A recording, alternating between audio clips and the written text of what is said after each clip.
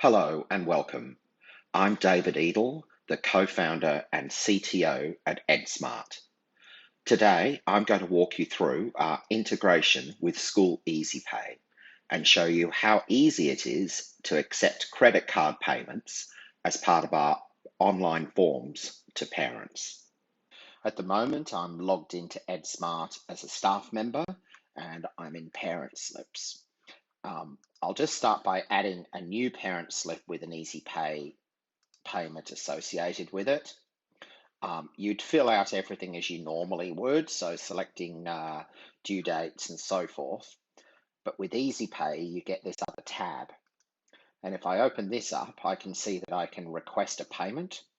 I can set a default amount, and or as well, I can have a calculation on the form. So the parent might pick two of something at $10 and it will set the EasyPay amount to be $20. I can choose if I'm going to allow the parent to edit the payment amount, and I can choose whether the payment is required. So must they always make a payment when they submit, or perhaps only if they say yes to something? So in the example I'll show, we're asking them, would they like to buy some t-shirts? If the answer is no, then obviously we don't want a payment. If they answer yes, then we do want a payment. You can also enter a payment reference number. So this is a general ledger code. So the reports that will come to you from EasyPay will have that reference number, and you can therefore use that as part of your reconciliation into your own finance systems. The file can come to you as a PAYG file, which means that you should be able to import it in depending on what your finance package or student management system is. So setting it up is really very simple. When the parent receives their form, it will have the payment on it. So here's a very simple form I've set up for some t-shirt orders.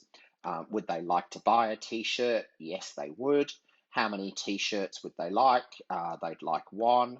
And you can see down here in the easy payment amount that it's filled that with $10 because that's the cost of a t-shirt. If I change it to 2, then the amount changes to 20.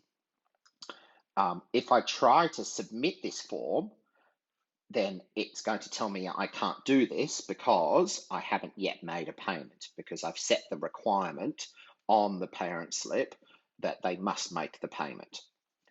So I'll click the button. It opens the EasyPay page. I can then add in my card number.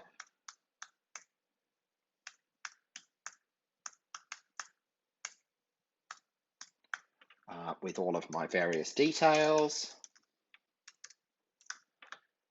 pick my expiry dates and so forth. So this is a very standard sort of a form. I'd click to proceed.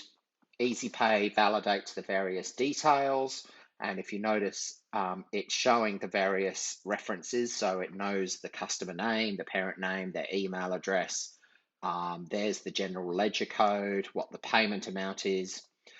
In this example, it's been set up so that EasyPay charges the parent for the transaction fee. So you have a choice. Your school can choose, are you going to ask the parents to pay the transaction fees, or will the school pay them? So in this example, it's added the transaction fee on to the $10.